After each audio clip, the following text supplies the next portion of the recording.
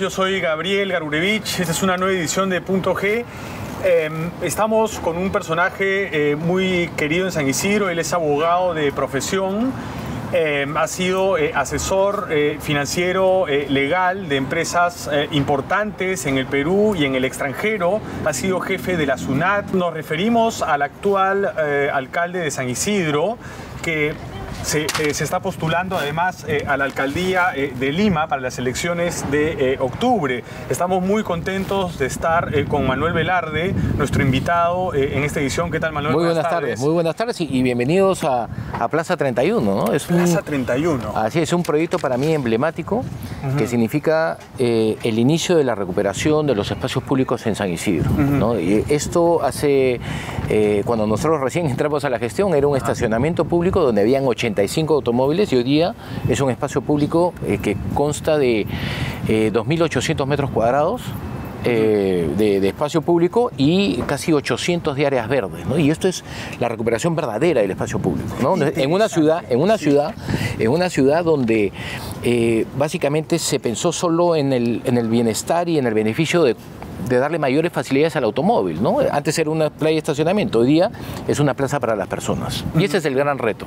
Interesante ese reto, interesante esta obra, además porque he visto las fotos de cómo era Plaza 31, que era un estacionamiento casi como un terreno baldío, además, ¿no? Con mucha suciedad, gente de mal vivir, los vecinos se quejaban, además de que la gente tomaba, en fin. Pero hoy día en la mañana leí un comentario en una página que no sé si conoces, que se llama Habla San Isidrino, ¿no? Sí, escuchó de ella, sí. Ya, yo primera vez que leía sobre esta página, o que leía algo sobre esta página, y había un comentario de un vecino que decía lo siguiente, ¿te lo puedo leer? Sí, claro. Dice, Velarde eliminó estacionamientos donde podíamos dejar nuestros autos para hacer esta tontería que no necesitamos.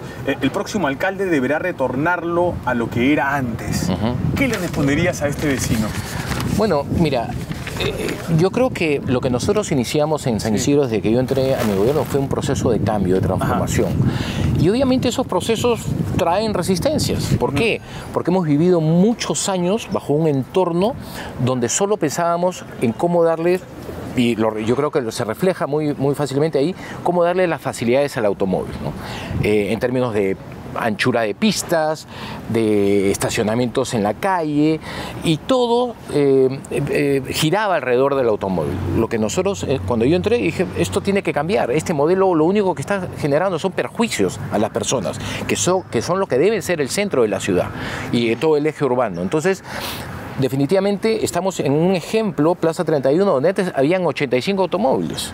Y esos 85 automóviles simplemente ya no están porque hemos dado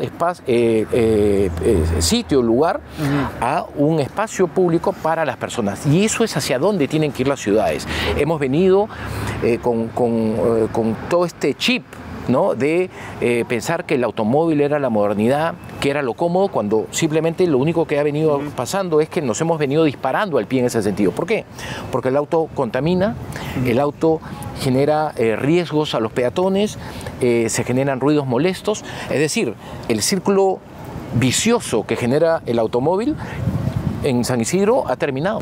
Muy interesante tu propuesta y tus propuestas en general, ¿no? Porque hablas de una ciudad para la gente, hablas de ciclovías, hablas de rock en las calles, incluso hablas de policía metropolitana, ¿no? Pero yo me pregunto, ¿estaremos los limeños, porque te postulas para la alcaldía de Lima, estaremos los ciudadanos de Lima preparados para estas propuestas tan vanguardistas, digamos?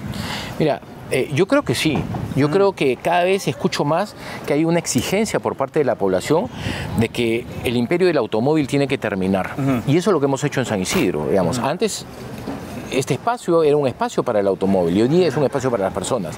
Y esta es la verdadera recuperación del espacio público. Un espacio público de calidad y un espacio público que genera seguridad, ¿no? Y esa es la gran transformación que tiene que darse a nivel de todo Lima. Y para mí, no solo es un reto, sino también yo creo que es regresar a una fórmula original de por qué existen las ciudades. Las ciudades existen para las personas, para eso se fundaron las ciudades. Y por una serie de distorsiones hemos terminado viviendo en lo que hoy día, por ejemplo, es Lima metropolitana, ¿no? Una ciudad completamente donde el peatón es la última rueda del coche, donde el auto tiene todos los privilegios, y eso es justamente la gran transformación que yo propongo. Pero ¿cómo hacer para que la gente entienda? Hay que educar a la gente, tú dirías, para, por ejemplo, este detractor, este vecino que leí su declaración hace un momento.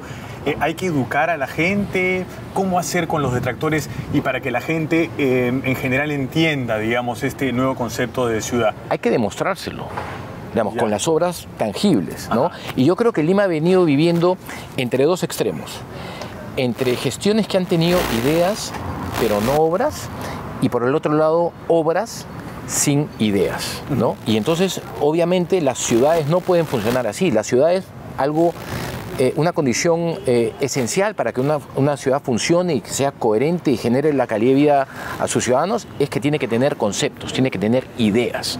Y eso es lo que no ha venido sucediendo en nuestra ciudad. Y obviamente ideas que se plasmen en la realidad, ¿no? Y como digo, yo creo que las últimas gestiones han pecado de esos dos extremos. Y yo lo que propongo son ideas para la ciudad y que eso se vea reflejado en obras concretas. Plaza 31 es un ejemplo, para mencionar una de ellas, ¿no? Esa va a ser la manera como vas a educar, digamos, a la gente. Exacto. Y yo creo que la gente... Hay que educar a la gente. Hay expectativa de la gente por esto. ¿Por qué? Porque hay muchas personas que se sienten excluidas, apartadas de la ciudad por el propio diseño. Y te pongo un ejemplo. El alcalde Castañeda pretende solucionar los problemas de la congestión vehicular construyendo bypasses, por ejemplo, ¿ok? Y gastando mucho dinero en eso, ¿ya? Y que son obras que desde mi punto de vista no sirven para nada, ¿no? Aun cuando demandan una gran cantidad de recursos. ¿Por qué? Porque ese tipo de obras lo que hace es alimentar la congestión vehicular. Y solo funcionan o están apuntando a darle o a tratarle de dar facilidades al automóvil privado. Cuando sabemos que solo el 15% de los viajes que se hacen en Lima se hacen en auto privado. El 85% restante es el transporte público. Y yo insisto, ¿por qué no destinar esas grandes cantidades de dinero a mejorar el transporte público? Entonces hay muchas personas que dicen, oye, ¿por qué tengo que seguir sufriendo, ¿no?, el hecho de tomar un transporte público que no aporta nada a mi calidad de vida? En cambio, sí destinan muchos millones de soles de recursos públicos a una obra en una intersección de Lima que al final de cuentas termina siendo atorada. Entonces, yo creo que hay mucha expectativa y ya la población sabe lo que quiere, sabe dónde está la problemática, y lo que necesita ahora son soluciones que se implementen en la cancha. ¿No? ¿Y qué significa ser limeño para ti?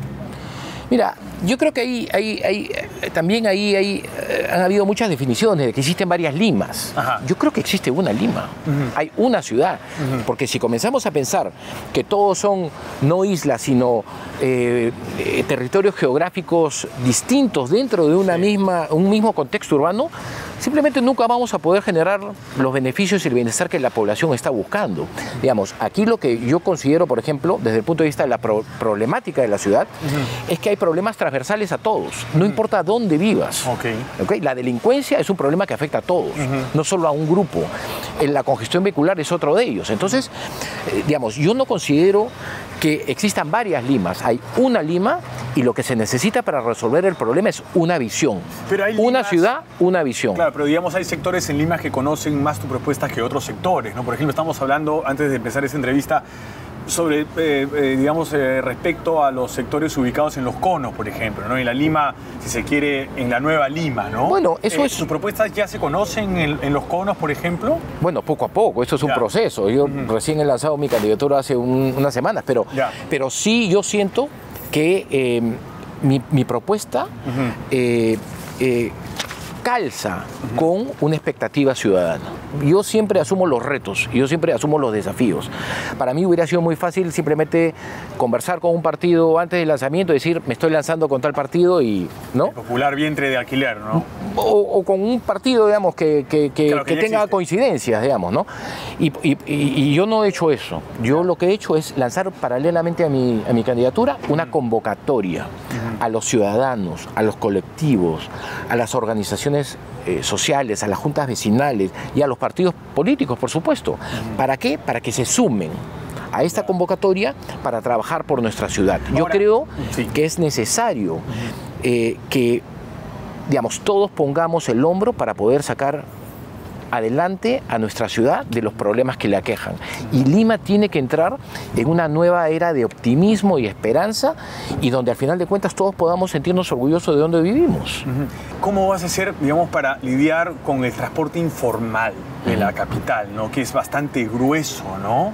Y que están acostumbrados a que no los, digamos, fiscalicen tanto, ¿no? Porque todavía se mantiene de una manera importante. ¿Cómo vas a hacer para lidiar con el transporte público informal? Bueno, de hecho, el tema del transporte público es parte de la solución del problema en la congestión vehicular. Hoy Pero día para ellos no quizá hay. Lo que tú estás proponiendo puede ser, no les puede gustar tanto, digamos, Bueno, ¿no? Bueno, lo que pasa es que la informalidad tiene que ordenarse. Ya. Y eso no es tampoco de un día para otro, son procesos que se tienen que iniciar por lo menos para comenzar a mejorar el tema del transporte informal, ¿no? Hoy día, si tú ves la cantidad de líneas que atraviesan nuestra ciudad, es como un plato de espagueti, ¿no? Y eso es el gran reto de reordenamiento. Yo creo que todavía la reforma no ha llegado a ese nivel. Por otro lado, también se tienen que mejorar los sistemas que hoy existen de transporte público, los formales, porque no están cumpliendo su objetivo. Yo creo que todavía hay que seguir avanzando en el tema del metropolitano, hay que seguir avanzando en el tema de los corredores, y obviamente en algún momento ya llegará el tema de la diversificación de las líneas del tren eléctrico, ¿no? Entonces todo eso ayuda, pero también no hay que descartar que hay apoyos en el tema del transporte público que están funcionando bien y que están dándole un apoyo a la población, como son, por ejemplo, las mototaxis, ¿no? Los taxis, ¿no? Y obviamente hay que seguir apostando por la movilidad sostenible para darle más opciones a las personas de cómo pueden movilizarse. Las combis viejas, antiguas, que a veces, o que vemos todavía pululando en la ciudad, ¿van a desaparecer en tu gestión? Mira, ahí lo que hay que es comenzar a ver cómo esas unidades pueden ser reemplazadas por otras que sean mucho más ecológicas, mucho más sostenibles, ¿no? Entonces hay que comenzar a trabajar por ahí, ¿no? Yo creo que eso va a implicar dinero para estos transportistas, o sea, bueno, va a implicar gasto. acuérdate que ya ha habido un proceso similar con el tema de los taxis, cuando se utilizó el cambio de matriz energética de diésel o gasolina a gas, y eso es básicamente uno de los incentivos que tiene que pasar. Tiene que haber un trasvase de estas unidades que hoy día no están en buenas condiciones a unas que mejoren las condiciones no solo para el usuario, sino también para el medio ambiente. ¿Ya hay un plan al respecto? Estamos trabajando en uno. Los técnicos están trabajando en un plan, lo daremos a conocer en su momento. ¿Va a implicar crédito, por ejemplo, para los transportistas? Obviamente, tiene que trabajarse con eso. Es básicamente el modelo de los taxis. Ok, interesante, interesante. Regresando a los espacios públicos, ¿crees que en la Lima, digamos, de hace unos años, habían más espacios públicos? Por ejemplo, ¿cuáles son los mejores recuerdos de tu niñez? Bueno, el mejor espacio público que recuerdo de mi niñez era un parque que da a la vuelta de mi casa, ¿no? Que todavía existe. Obviamente ese parque ya ha sido transformado, no es como yo lo recuerdo, sino ya ha sido como modernizado, ¿no? De repente hubiera preferido que lo deje como era antes, pero bueno, hay transformaciones también, ¿no? Que se dan en el tiempo. Pero yo siempre he estado conectado con el espacio público. Yo he tenido barrio. Y es algo que ya no hay. Ya no hay, ¿no? Ya no hay. ¿Por qué? Claro. Porque imagínate, pues, ¿qué barrio podría haber antes en este espacio cuando habían 85 autos estacionados aquí? Eso se ha ido perdiendo, pero nosotros lo que queremos es recuperarlo. O sea, se mantiene el barrio en las zonas populares de Lima aún, ¿no? Pero, digamos, antes había barrios incluso en San Isidro, en Miraflores. Bueno, ¿no?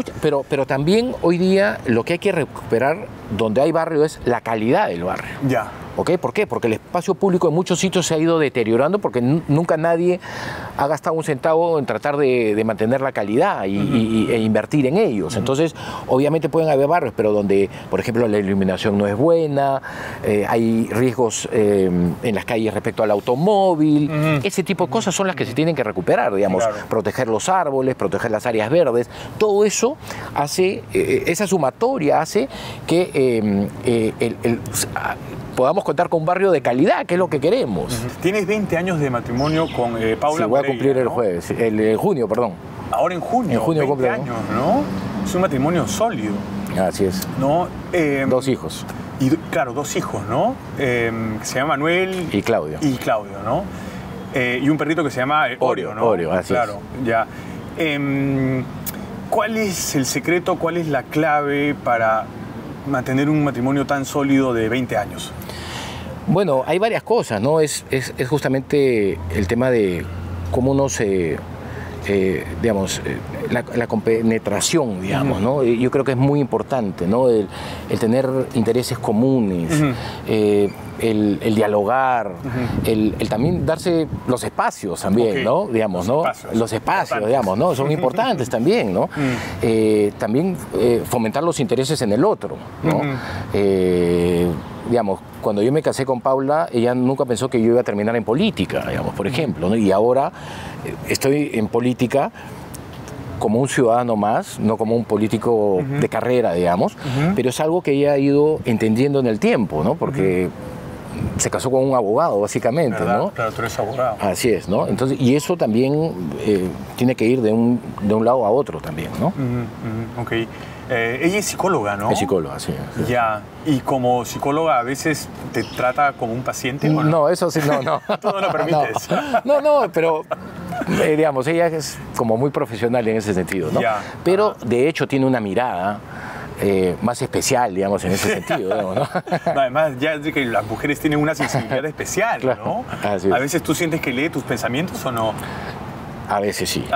A veces adelanta. Ok. Hablando del matrimonio, ¿no? El Papa Francisco se ha acercado, digamos, a los divorciados, ¿no? Dijo que hay casos en que la separación es inevitable, ¿no? Es incluso necesaria, dijo él, ¿no? Dijo el Papa. ¿Tú crees que la Iglesia Católica va camino a una modernización realmente? ¿O es puro floro, así como se dice? Espero que sí, ¿no? Ya. Espero que sí. ¿Tú eres católico o vas a la iglesia? Yo soy de formación católica, ¿no? Okay. Eres de formación católica, pero no eres practicante. Así es, digamos. Ya. Yo soy de formación católica, pero además como autoridad y como alcalde de San Isidro ahora, digamos, yo sí me adhiero al hecho de que el Estado sea laico, ¿no? Ok. Y eso implica dejarle de dar un dinero a la iglesia mes a mes. Mira, ¿cómo yo lo he canalizado en la municipalidad? Sí. Cuando nosotros celebrábamos el aniversario del distrito, lo tradicional era tener un Te Deum, ¿no?